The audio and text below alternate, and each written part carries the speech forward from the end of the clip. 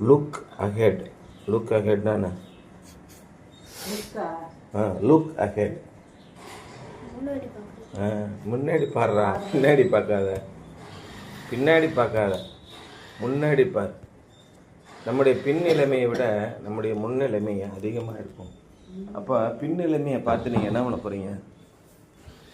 மாம்சத்தின்படி நம்மில் அநேகர் பெரிய வீரர்கள் இல்லை. பைபிளில் அவர் சொல்கிறார், நம்முடைய அநேகர் ரொம்ப பலசாலிகள் அல்ல. மாம்சத்தின்படி, பணத்தின்படி, சௌரியத்தின்படி, செல்வாக்கின்படி நம்ம அநேகர் பலவான்கள் அல்ல. இன்றைக்கி நம்ம கிறிஸ்தவர்கள் நம்ம இந்த 4 நாளில் பார்க்குறதில்ல. எல்லாம் எப்படி யோசிக்கிறாங்க? என்கிட்ட இவ்வளோ பணம் இருக்குது, என்கிட்ட இவ்வளோ அதிகாரம் இருக்குது, உங்ககிட்ட என்ன இருக்குது? இப்படி தான் நம்ம யோசிக்கிறோம். இதுதான் உலகத்தின் சிந்தனை. அதான் நான் சொன்னேன், இந்த மாதிரி சிந்தனை உங்களுக்கு இல்லைன்னா இந்த உலகம் உங்களை எப்படி பார்க்கும்? அவன் பைத்தியமாக இருப்பான் மூளைவன். பணம் இல்லாமல் எப்படியா வாழ முடியும்? பணங்கன்னு ஒன்று இன்னும் எப்படி பேசிகிட்டு இருக்கான்? சாமின்னு சாமி கும்பிடுங்க. நாங்கள் வேணாம் நான் சொல்கிறோம், உங்களுக்கு பிடிச்ச சாமியை கும்பிடுங்க ஐயா. அதுக்கு இன்னும் இப்படி பணம் சேர்க்கணுன்னு ஆசை இல்லைன்னு சொல்லிக்கிட்டு இருந்தா இப்படியே பேசிக்கிட்டு இது மாதிரி தான் ஏற்கனவே நிறைய பேர் பேசிக்கிட்டு ஒன்றும் இல்லாமல் போயிட்டான். புத்தியாக பொழைச்சிக்கடா போடா. பணம் சம்பாதிக்கிற வேலையை விட்டுவிட்டு என்ன சொன்னார்ல எங்கள் மாமா பையன், இங்கே ஒரு 24 பிளாட் இருக்குது, அங்கே ஒரு அடுக்குமாடி கட்டடம் இருக்குது, அங்கே ஒரு வீடு இருக்குது, இங்கே ஒரு வீடு இருக்குது. சரி நீ எங்கேப்பா படுத்துக்குவா? நான் எங்கே வேணால் படுப்பேங்க, இங்கே தரையில் கூட படுத்துக்குவேன். அப்புறம் எதுக்கு 24 வீடு? யோசனை பண்ணிப்பேன். அது சொத்து சேர்த்து வச்சுக்கிறோம். சரி ஏற்கனவே சேர்த்து வச்சவங்க என்ன ஆனாங்க? செத்துக்கிட்டாங்க. என்ன பண்ணுறது? விதி முடிஞ்சு போச்சு. அப்போ எல்லாமே தெரியுதுல்ல உனக்கு, மறுபடியும் ஏன் பேய் மாதிரி அலைகிறேன்? இவ்வளோதான் விஷயம். தங்களுடைய செல்வத்தை நம்பி தங்கள் திரளான ஆஸ்தியின் மேல் நம்பிக்கை வைத்த யாரும் ஒன்றும் பண்ண முடியும். அதான் சங்கீதத்தில் அவர் அப்படியே 115 வயசு வரைக்கும் என்னமோ தாவீது இருந்தார். 105, 115, 120 வயசு இருந்தார். அப்போ எவ்வளோ அணைச்சி எழுதியிருக்கார். இதான் இப்போ நமக்கே இந்த வயசில் நமக்கு பல விஷயங்கள் தெரியுது. பணத்தின் பின்னாடி போனோம் என்ன ஆனா அப்படின்னு நிம்மதியே இல்லை. இப்போ எங்கள் அக்காவை ஃபோன் பண்ணி சொல்லிட்டேன், பணம் ஒன்றுக்காகவே இங்கேருந்து டெல்லிக்கு போனோம். பணம் சம்பாதிக்கிறது மட்டும்தான் குறிக்கோள். அதுக்காக குழந்தைகளே வேணான்னு சொல்லிட்டு எவ்வளவோ பண்ணாங்க, எத்தனையோ ஆபரேஷன் பண்ணாங்க. இப்போ என்ன சொல்கிறாங்க? தனிமையில் இருக்கிற மாதிரி இருக்குது, யாருமே எங்களுக்கு இல்லை. பணமெல்லாம் வருது, நீங்கள் தேடின பணம் வந்துருச்சு, நிம்மதி இல்லை. நீங்கள் நிம்மதியை தேடியே போகலையே, பணத்தை தேடி தானே போனீங்க. இப்போ 60 வயசு ஆகிட்டு இனிமேல் நிம்மதி எங்கேருந்து வரும்? 60 வயசுக்கு அப்புறம் கடவுளை தேடினா கிடைச்சிருமா உங்களுக்கு? நீங்கள் அதிலே பழகிட்டீங்க. ஏற்கனவே சாத்தானுக்கு முழுமையாக ஒப்படைச்சிட்டீங்க. மறுபடியும் அதிலேருந்து வர்றதுக்கு மனசு இல்லை. நீங்கள் மனம் திரும்புங்கள்னு ஆண்டவர் சொல்கிறாரு. இப்போயும் உங்களுக்கு சமாதானத்தை தரேன்னு. ஆமாம், மனம் திரும்பி எல்லாத்தையும் அவனுக்காக கொடுக்க சொல்கிறியா? அதுக்கு என்ன பண்ணுறாங்க? அவங்களுடைய ஐடியா, ஆண்டவர் விட்டு போகவும் முடியல, ஆண்டவர் பக்கம் வரவும் முடியல, பணத்தை வச்சு ஆண்டவரை வாங்கிடலாமா அப்படின்னு யோசிக்கிறாங்க. 4 மாடிக்கு போய் ஒரு 10,000 ரூபா பணத்தை காணிக்க போடுறாங்க. ஜீசஸ் கால்ஸுக்கு 2,500 ரூபா பணத்தை அனுப்பி பிரச்சனைகள் தீர்ந்துடும். இப்படி பணத்தை வைத்து வாங்கணும். ஒரு ஊழியக்காரை கூப்பிட்டு அவருக்கு பணம் கொடுக்குறது. இப்படி பணம் கொடுத்தா ஆண்டவர் ஆசீர்வதிச்சிருவாரு அப்படின்னு நினைக்கிறாங்க. எவ்வளோ மோசமான நிலைமைக்கு நம்ம போகிறோம் பாரு. இதான் அவர் என்ன சொல்கிறார் இன்றைக்கி. Look ahead. Throughout the epistle to the Hebrews the writer emphasized the importance of the future hope. எபிரேயரில் ஒரு பெரிய சந்தேகம் இருக்குது. பவுல் எழுதினாரா இல்லை வேறு யாரும் எழுதுனாங்களா அப்படின்னு ஒரு சந்தேகம். ஆனால் பைபிள் என்ன போட்டிருக்கோன்னா, அப்போஸ்தலனாகிய பவுல் எபிரேயருக்கு எழுதின நிருபம்னு போட்டிருக்கோம். ஆனால் அதில் ஒரு பெரிய சந்தேகம் இருக்குது அப்படின்னு சொல்லிட்டு எபிரேயர் என்ன போட்டிருக்காரு? Writer of the Hebrew emphasize the importance of future hope. எதிர்கால நம்பிக்கையை குறித்து வலியுறுத்தி சொல்கிறார். அதோட முக்கியத்துவம் என்ன? His readers were prone to look back and want to go back. ஏன்னா யாருக்கு கடிதம் எழுதினாரோ அந்த எபிரேய பக்தர்கள் பின்னோக்கி செல்லவே விரும்புகிறார்களே ஒழிய முன்னோக்கி சொல்ல விரும்பலை. ஏங்க ஏற்கனவே நம்ம இவ்வளோ பாடுபட்டுக்கிட்டு இருந்தோம், திரும்ப ஒன்றும் இல்லாமல் போயிட்டோம்னா என்ன பண்ணுறது அப்படின்னு விசுவாசம் இல்லை. அதனால் பின்வாங்கி போகவே முயற்சித்து கொண்டிருந்தார்கள். அந்த நேரத்தில் அவர் எழுதுகிறாரு, but he encouraged them to follow Christ's example and look ahead by faith. கிறிஸ்துவின் மாதிரியை அவர்களுக்கு காண்பித்தார். கிறிஸ்து நல்லது தானே செஞ்சார், ஒரு பாவமும் செய்யலையே. அப்போ எவ்வளோ பாடுபட்டார்னு பாருங்கள். அவர் பாடுபட்டும் முடிமையிலே அவர் மகிமை அடைந்தார் என்பதை பாருங்கள். அவர் தேவனுடைய வலது பார்சத்திலே வீற்றிருக்கிறார். இந்த நம்பிக்கைக்கு நீங்கள் போங்க அப்படின்னு கிறிஸ்துவின் நம்பிக்கையை அவர்களுக்கு பின்பற்ற சொல்கிறார். The heroes of faith named in Hebrews 11. Hebrews 11 என்ன போட்டிருக்கு? விசுவாசத்தினாலே. விசுவாசம்னா என்ன அப்படிங்கிற டெஃபினிஷன் எதில் இருக்குது? ஹீப்ரூஸ் 1 இருக்குது. What is faith? விசுவாசம் என்றால் என்ன? உங்களுக்கு கேள்வி கேட்பான்ல, +2ல் 10th டெஃபினிஷன் கேட்பான்ல. What is Morse law? What is the law of motion? Definition கொடுப்போம் இல்லையா? சரி, என்ன டெஃபினிஷன் கொடுப்பீங்க? What is faith? விசுவாசம் என்றால் என்ன? விசுவாசம் என்பது காணப்படாதவைகளின் உறுதியும் நம்பப்படாதவைகளின் சாட்சியம் உறுதியுமாக இருக்கிறது போட்டிருக்க. அப்போ காணப்படாத என்ன இருக்குது அப்படின்னு கேட்டிங்கன்னா, ஒன்றுமே கண்ணில் தெரிலங்க. அங்கே ஏத்தாப்பில் மழை வருது, மலை மேலே ஏறுன்னு சொல்கிறீங்க. எங்கே பார்த்தாலும் வெயில் பல்ல இழிச்சு காட்டிக்கிட்டு இருக்கு அப்படின்னு சொல்லுவான்ல, அது மாதிரி எங்கே பார்த்தாலும் ஒரே தடலாக கிடக்கு. எங்கேயா மலையில் போய் ஏறுன்னு சொல்லிக்கிட்டு இருக்க? வருங்க வரும். அப்போ ஏசாயா தீர்க்கதரிசி என்ன சொன்னான்? சீக்கிரமாக மழை வரப்போதியா, குதிரையெல்லாம் அங்கே பூட்டிக்கிட்டு போயா, சீக்கிரம் போய் அரண்மனைக்கு போய் சேரியா அப்படின்னா. எங்கே மழை வரப்போகுது? போயா, மழையில் மாட்டிக்கிற வயலுக்குள்ளே நின்றுக்கிட்டு இருக்க. காட்டுக்குள்ளெல்லாம் முன்ன என்ன வேணால் மழை பெஞ்சிச்சுன்னா அப்படியே சேராயிடும். கரிசல் காடெல்லாம் பார்த்தீங்கன்னா ஒரு சென்டிமீட்டர் கூட நவர முடியாது. மாட்டு வண்டிலாம் கரிசல் காட்டில் நாங்கள் போவோம். 2 வண்டி தடம் இருக்கும். வண்டி தடத்தில் என்னன்னு கேட்டீங்கன்னா, இந்த வண்டி போய் கரிசல் காட்டில் நம்ம டால்கம் பவுடர் இருக்கு பாரு, அந்த மாதிரி அந்த வண்டி தடத்தில் பவுடராக இருக்கும். அந்த கரிசல் மண் வந்து அவ்வளோ இருக்கும். அப்படி மோந்து பார்த்தோம்னா அவ்வளோ ரம்மியமாக இருக்கும். அதை சாப்பிடணும் போல ஆசையாக இருக்கும். அவ்வளோ ரொம்ப இனிமையான ஒரு சுவை, அந்த மனம் இருக்கும் அந்த மண்ணுக்கு. இந்த பாம்பு என்ன பண்ணும்? பெரிய பெரிய பாம்பு, கட்டு விரியன் பாம்புலாம் என்ன பண்ணும்? அப்படியே வந்து அந்த தலையை தூக்கி டப்புன்னு அந்த மண்ணில் அடிக்கும். அந்த மண் பறக்குது பார்த்தியா, ஆணு வாயை திறந்து அந்த மண்ணை அப்படியே சாப்பிடும். இதெல்லாம் நான் பார்த்துருக்கேன். மண் பிடிக்கும் அதுக்கு. அந்த இதெல்லாம் நடந்திருக்கு கரிசல் காட்டில். இதே கரிசல் காட்டில் நாங்கள் என்ன பண்ணோம்னா, இந்த இது போட்டிருப்பாங்க, துவரை போட்டிருப்பாங்க. அப்போ எங்கள் வீட்டுக்கு விறகுக்கு என்ன பண்ணுவோம், அந்த துவரை அடிக்கட்டையை பிடுங்கி சேர்த்துட்டு வந்து வச்சிடும். அது வந்து நல்லா எரியும், நல்லா ஸ்ட்ராங்காக மரம் மாதிரி இருக்கும். அப்படி பிடுங்கும்போது கையில் எல்லாம் பார்த்தீங்கன்னா ஒரு 50-100 கொப்பளம் வந்துடும். இருந்தாலும் பிடுங்கி எடுத்துகிட்டு வந்து போடுவோம். அப்படி பிடுங்கும்போது மழை பெஞ்சிருச்சுன்னா என்ன ஆகுனா, இப்படி கட்டாந்தரையாக இருந்த மண் அப்படியே முழங்கால் வரைக்கும் உள்ளே இறங்கிடும். அதான் கரிசல் மண்ணோட இது. அதான் என் ஏசாயா தீர்க்கதரிசி சொல்லுவான். அவர் யார் இவர் சொல்லார, டக்குன்னு ஆகாப் ராஜாவை கூப்பிட்டு, நீ போயா, மரியாதை சீக்கிரமாக போ. ஏசாயா 3 வருஷம் மழை பெய்யாமல் இருந்ததில்ல, அப்போ சொல்லுவான், நீ சீக்கிரமாக போயிடு அரண்மனைக்கு, மழை வரப்போதுமா. வானத்தை அண்ணாந்து பார்ப்பான், ஒரு மேகமும் இருக்காது. ப்ளூ கலரில் கிளியர் ஸ்கை இருக்கும். உடனே அவன் அசிஸ்டண்ட்டை கூப்பிட்டு சொல்லுவான், ஐயோ வானத்தில் ஏதாவது மேகம் வருதா பாருங்க. ஒன்றுமே இல்லைங்க, மேகம் கிடையாது, ஒன்றும் கிடையாது அப்படிமா. திரும்ப 2ஆவது விஷயம் கூப்பிட்டு சொல்லுவான், போய் பாரு மேகம் தான் வந்திருக்காங்க. அங்கே ஈசானி மலையில் இந்த உள்ளங்க இளவு துளியோடு ஒரு சின்ன மேகம் இருக்குது. ஐயோ சீக்கிரம் வண்டி எடுத்துகிட்டு கிளம்புடா, மேகம் வரப்போதுமா. வண்டியை போட்டு கிளம்புறதுக்குள்ள கரன்னு ஏறி கரும் மேகம் வந்துடும். வண்டியை விட்டு ஓடுன்னு ஓடுவாங்க. மழை அட்டிச்சு பின்னாடி திரட்டிக்கிட்டே 3 வருஷம் மழை பெய்யாமல் இருப்பான். அதுக்கப்புறம் 3ஆவது வருஷம் கழிச்சு இவனுடைய ஜெபத்தை கேட்டு மழை பெய்யும். இதான் விசுவாசமானது. காணப்படுகிற என்ன போட்டிருக்கு? விசுவாசமானது நம்பப்படுகிறவர்களின் உறுதியும் காணப்படாதவைகளின் நிச்சயமாக இருக்கிறது. அப்போ நீங்கள் நம்பி தான் நடக்கணும். அதான் அவர் என்ன சொல்கிறாரு, விசுவாசத்திலே நாம் தரிசித்து நடுவாமல் விசுவாசத்தை நடக்கிறோம் அப்படின்னு சொல்கிறார் பவுல் எழுதின மாதிரி ரசித்து வாழ்ந்தது யாருமே இல்லை. என்னுடைய மாதிரியை பின்பற்றுங்கள்னு அவர் சொல்கிறார். அந்த அதிகாரத்தில் விசுவாசத்தினாலே அப்படின்னு ஆரம்பித்து ஆபிரகாம்லேருந்து கடைசி வரைக்கும் அவர் எழுதிக்கிட்டே வர்றாரு. எழுதிட்டு வந்து கடைசியில் நான் ராகாப்பில் அவர் சொல்கிறாரு, எல்லாத்தையும் மரியாதை எல்லா பேரும் சொல்லிட்டு வர்றாரு. கடைசியில் என்ன சொல்கிறாரு, விசுவாசத்தினாலே இவர்களெல்லாம் விசுவாசத்தினால் நற்சாட்சி பெற்றும் சில பேர் வந்து வாக்குத்தத்தம் பண்ணப்பட்டதை அடையாமல் போனார்கள். அதுக்கு சிறந்த உதாரணம் மோசே. ஆண்டவருக்கு மிகப்பிரியமான ஒருவனாக இருந்தான். அவ்வளோ பெரிய ஜனங்களை நடத்திட்டு இருந்தான். மோசேட்ட மனுஷன்கிட்ட பேசுகிறப்போ ஆண்டவர் முகமுகமாய் பேசினார் அப்படின்னு சொல்லியிருக்கான். அப்படிப்பட்டவன் என்ன சொன்னார், என்னுடைய ஆசீர்வாதத்துக்குள்ளே நீ போக முடியாதுப்பான்ட்டார். கடைசியில் ரொம்ப மனசு வேதனையாக போயிட்டான். இல்லை நீ தப்பு பண்ணிட்ட, நான் கொடுத்த கட்டளையே ஏன்ப்பா உடைச்ச, உனக்கு என்ன அவ்வளோ கோவம், என்னுடைய ஆசீர்வாதத்தில் பிரவேசிக்க மாட்டேன். நீங்கள் எவ்வளோ பெரிய ஊழியக்காரனாக இருக்கலாம், எவ்வளோ தான் உங்களுடைய வாழ்க்கை முழுவதும் ஆண்டவருக்கு உண்மையுள்ளவர்களாக இருக்கலாம், முடிவு பரிந்த நிலை நிற்பவனே ரட்சிக்கப்படுவான், எந்த நேரத்தில் நீ மாற்றுவேன். அவர் என்ன சொல்கிறார், ஏன்னா மலை மேலே ஏறி இந்த உங்கள் பிள்ளைங்கள்லாம் பார்க்க போகிற நாட்டை பார்த்துக்க, நீயானா அதுக்குள்ளே போக மாட்டேன்ட்டார். அதுதான் முக்கியம், ரொம்ப முக்கியம். இப்போ இவங்கெல்லாம் பின்பற்றி போகும்போது என்னாச்சு? But encourage them to follow Christ example look ahead by faith. பின்னோக்கி பார்க்காதீங்க, முன்னோக்கி பாருங்கள் என்கிறார். The heroes of faith named in Hebrews 11 lived for the future and this enabled them to endure.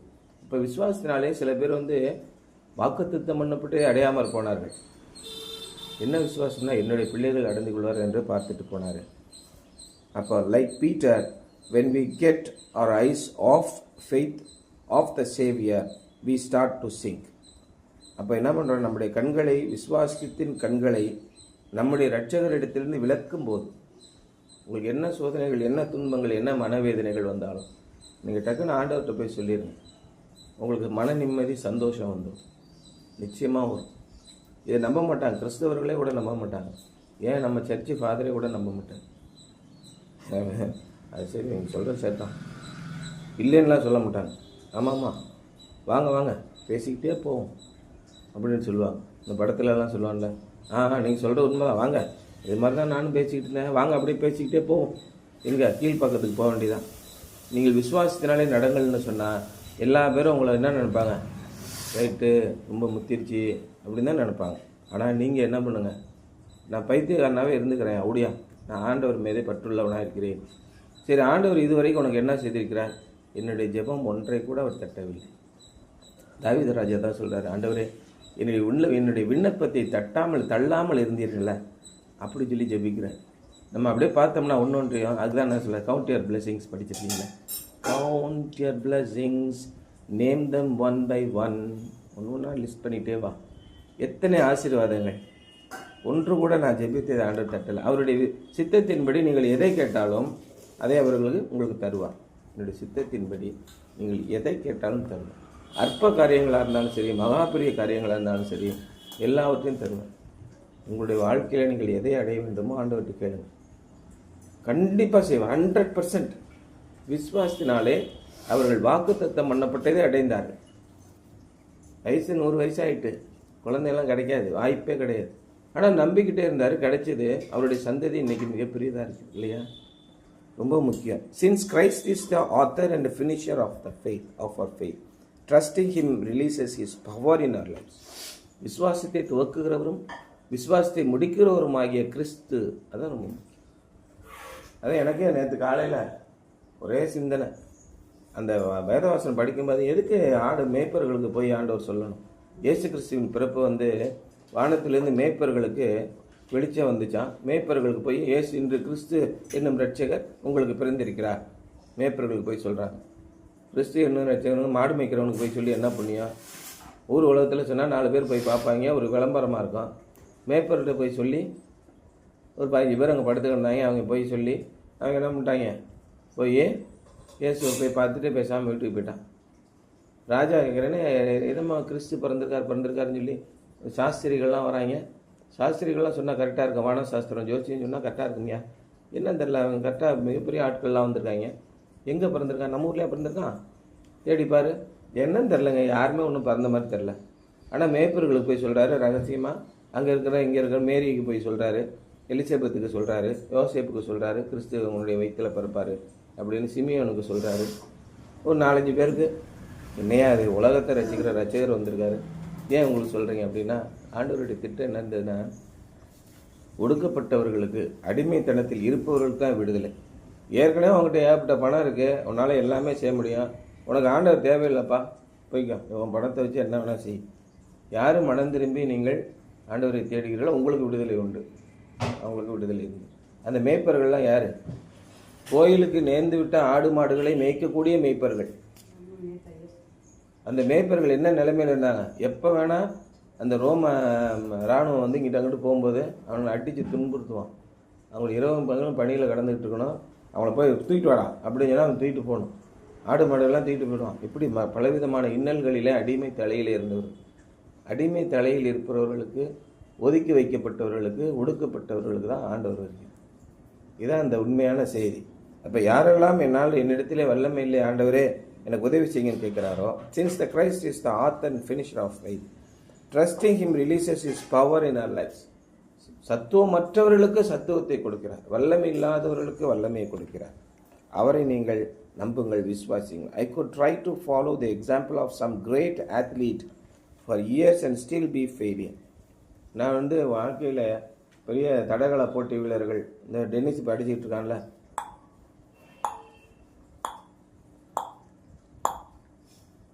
எல்லாம் பார்த்தீங்கன்னா square shot, sweet shot, sixer, bouncer அப்படின்னு போட்டு நம்மளே ட்ரை பண்ணிகிட்டு இருக்கோம்ல. யார் அவனுக்கு பிடிக்குன்னு கேட்டால் அவன் ஒரு கிரிக்கெட் வீரர் பேரை சொல்லுவான். பல ஆண்டுகளாக அவனை பின்பற்றியும் சும்மா டொக்குன்னு சொல்லிக்கிட்டே இருக்கிறவங்க இருக்காங்க. சொந்த ஆண்டவரிடத்தில் முயற்சி எடுத்து பயிற்சி எடுத்து மிகப்பெரிய, அவனை விட மிகப்பெரிய பயிற்சியாளர்களானவங்க உண்டு இல்லையா? இப்போ டெண்டுல்கரை விட நல்ல பயிற்சியாளர்கள்லாம் இருக்காங்கல்ல, அது மாதிரி தான். ஆனால் I could try to follow examples of some great athlete for years and still be a failure. மிகப்பெரிய தடகள போட்டி வீரர்களை பின்பற்ற முயற்சி செய்து நான் இன்னும் தோற்று போனவனாக இருக்கலாம். But if in my younger days that athlete could have entered into my life and shared his know-how and ability with me, that would have made me a great winner. இல்லையா? ஆனால் அந்த ஆத்லீட்டே உள்ளபடியே என்னை கூட்டு போய் அவரோட பக்கத்தில் வச்சு டெய்லி பயிற்சி கொடுத்தாருன்னா எப்படி இருக்கும்? மிகப்பெரிய வெற்றியார். Christ is both the exemplar and the enabler. இயேசு கிறிஸ்து நமக்கு மாதிரியாகவும் நம்மளை அவரை போல் ஆக்குகிறவருமாய் இருக்கிறார். As we see him in the word and yield to his spirit, he increases our faith and enables us to run the race. நாம் அவருடைய வார்த்தையில் என்ன அவரை நாம் பார்க்கிறோமோ அதை போலவே அவருடைய ஆவிக்கு நம்மளை இணங்க செய்து அந்த நிலைமைக்கு நாம் போவோம். ஆண்டவர் என்ன சொல்கிறாரோ அதை செய்யுங்க. ஆண்டவர் அவன் அப்படி உன்னை குடும்பப்படுத்துகிறானா, விட்றா பார்த்துக்கிறேன், நான் பார்த்துக்கிறேன் அப்படின்னா விட்டுருணும். நம்ம போய் சண்டை போட்டோம்னு வச்சுக்கோவேன், நல்லா இருக்கேன், ரைட் உன்னை துன்பப்படுத்திடுறா, ரைட்டுப்பா, ஏதோ ஒரு காரணத்தினால என்னை துன்பப்படுத்துகிற, மனவேதனைப்படுத்துகிற, சந்தோஷமாக இரு, நான் எதுவும் சொல்ல போகிறதில்ல, நான் போய் ஆண்டவர்கிட்ட சொல்கிறேன், ஆண்டவரே நீர் பாரும் அப்படின்னு சொல்லிட்டு போகிறோம். அதான் இது கூட படிப்போம்ல விசுவாச பிரமாணத்தில், கர்த்தரே வாரும், ஆவியே வாரும் அப்படி சொல்கிறோம்ல. நீங்கள் பாருங்கள், அதான் நம்ம போன வாரம் சொன்னாரா, மாராநாதானா என்ன? மாராநாதா அப்படின்னா என்ன? இயேசுவே வாரும் அப்படின்னு அர்த்தம்.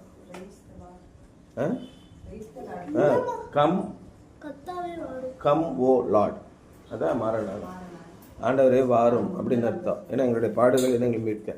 அவர்கள் எதிர்த்து சண்டை போடலை, எதிர்த்து துன்மார்க்கமாக பேசலை, ஆண்டவரே வாரும், நீர் பாரும் அப்படிங்கிறதான் அதோட சிந்தனையாக இருந்தது. அந்த மாதிரி உங்களுடைய துன்பப்படுத்துகிறவர்கள் மத்தியில் நீங்கள் ஆண்டவர் முகத்தை நோக்கி பார்த்தீங்கன்னா, he is both the enabler and the exemplar. நம்மை எதிர்த்து நிற்க செய்கிறவர் அவர் தான். As we see him in the word and yield him to his spirit, he increases our faith and enables us to run the race. அவர் நம்மளை தகுதியாக்குகிறார், நம்மளை ஓடச் செய்கிறார். இந்த விசுவாசத்தின் ஓட்டத்தை நீங்கள் ஓடியாகும். இதில் உங்களுக்கு பெரிய பெரிய மறைவுகள் இருக்கும், ரொம்ப கஷ்டமான காரியங்கள் வரும். நீங்கள் எக்ஸாமினேஷனுக்கு ப்ரிப்பேர் பண்ணும்போது சரி, உங்களுடைய வாழ்க்கையில் அடுத்த கட்டத்துக்கு போகும்போது சரி, மிகப்பெரிய தடைகளை வைப்பார் சாத்தான். இதெல்லாம் எப்படி நீங்கள் தாண்டி போவீங்க? இதெல்லாம் என்னால் முடியாதுப்பா, ஐயோ என்னால் முடியவே முடியாது, சாத்தியமே கிடையாது அப்படின்னு நினைப்பீங்க. ஆனால் ஆண்டவர் அதுக்கு உங்களை இது பண்ணல. ஒன்றுமே இல்லாதவனை தான் பெரிய ஆளாக்குனார். பெரிய 50 அடி உயரத்துக்கு ஒருத்தன் நிற்கிறான், கோலியாத்து பனைமரம் போல நிற்கிறான். யாரை வச்சு அடித்தார்? ஒரு கல் கல், ஒரு தாவீது ஒரு 14 வயசு பையனை வச்சு அடிக்கிறார். ஏன்னா விசுவாசம் அவனுக்குள்ளே இருந்தது. அவன் என்ன சொல்கிறான், ஐயோ என்ன ஆண்டவரை பற்றி இப்படி பேசுகிறான், என்ன பைத்தியமாங்க அவன், ஏன்னா எல்லா பேரும் சும்மா இருக்கிறீங்க. ஏன்னா அவனுக்குள்ளே அந்த அளவுக்கு உறுதியான விசுவாசம் இருந்தது. ஏன் அவனை அடிச்சுக்கலாடா நீ? ஏன் நான் எப்பயுமே ஆண்டவரை திருத்தி பாடிக்கிட்டே இருப்பேன், ஆண்டவர்கிட்ட பேசிகிட்டு இருக்கேன். ஒரு முறை இப்படி தான், ஒரு நல்ல பால சிங்கம் பயங்கரமான ஃபோர்ஸில் இருக்குது, 2.5-3 வயசு தாங்க இருக்கான், ஃபுல் பீக்கில் இருக்குது. அந்த சிங்கம் ஆடை பிடிக்க வந்துச்சு, அப்படியே பிடிச்சி அடித்து வாயை கிழிச்சிட்டேன் தெரியுமில. அதெல்லாம் என்னால் ஆண்டவர் என் கூட இருக்கும்போது நான் என்ன வேணால் செய்வேன். விசுவாசம் இருக்கிறது. இவன் என்னங்க, இவன் ஒரு நாயிங்க, இவனை அடிக்கிறாங்க அப்படிங்கிறான், சொன்னானா இல்லையா? அப்போ விசுவாசத்தினாலே தான் உங்களால் முடியும். விசுவாசம் இல்லாமல் நாம் தேவனுக்கு பிரியமாக இருப்பது கூடாது பாருங்கள். அதனால் நீங்கள் எதிர்காலத்தை நோக்கி பாருங்கள், லுக் அஹெட். அடுத்து என்ன நடக்க போகுதுன்னு பாருங்கள். பின்னானவைகளை விட்டு விட்டு முன்னானவைகளை நாடி அப்படின்னு பவுல் சொல்கிறார். அதனால் நடந்த காரியங்களை விட்டுருங்க, அடுத்து நம்ம எந்த ஸ்டேஜுக்கு போனோம் அதை நீங்கள் யோசிங்க. ஆண்டவர் நிச்சயமாக உங்களோடு கூட இருந்து உங்களை வழி நடத்துவார். இதுதான் ரொம்ப ரொம்ப முக்கியமான விஷயம். என்ன சொல்கிறாரு? He increases our faith and enables us to run the race. உங்களுக்கு கடுகளவு விசுவாசம் இருந்தால் போதும், உங்கள் விசுவாசத்தை அவர் வர்த்திக்க பண்ணுகிறார், பெருக பண்ணுகிறார். இதான் இன்றைய டைட்டஸ் 2:3 பாருங்கள். Titus 2:13. Looking for that blessed hope and the glorious appearing of the great God and Saviour Jesus Christ. இயேசு கிறிஸ்து மறுபடியும் வருவதை எதிர்பார்த்து, மகிமையோடே திரும்ப வருவதை நாம் எதிர்பார்த்து அந்த விசுவாசத்தில் நிலைத்திருங்கள் அப்படிங்கிறார். தீத்து 2:13 பாருங்கள். என்ன போட்டிருக்கு? இன்னைக்கு ஆக்ஷன் அசைன்மெண்ட் என்னன்னா பிளஸட் ஹோப்.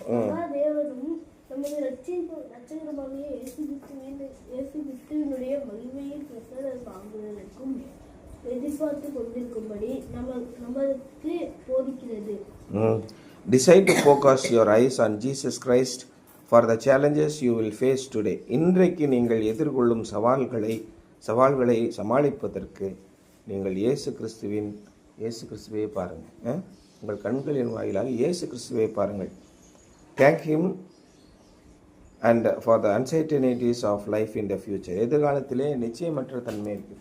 நம்முடைய பிள்ளைங்க என்ன ஆகும்? நேற்று எங்கள் அண்ணன்ட்ட பேசிட்டு இருக்குமா சொன்னேன், என் பிள்ளைக்கு மட்டும் ஒரு கல்யாணத்தை பண்ணி முடிச்சிட்டேன்னா அதுக்கப்புறம் நான் தான் ராஜா.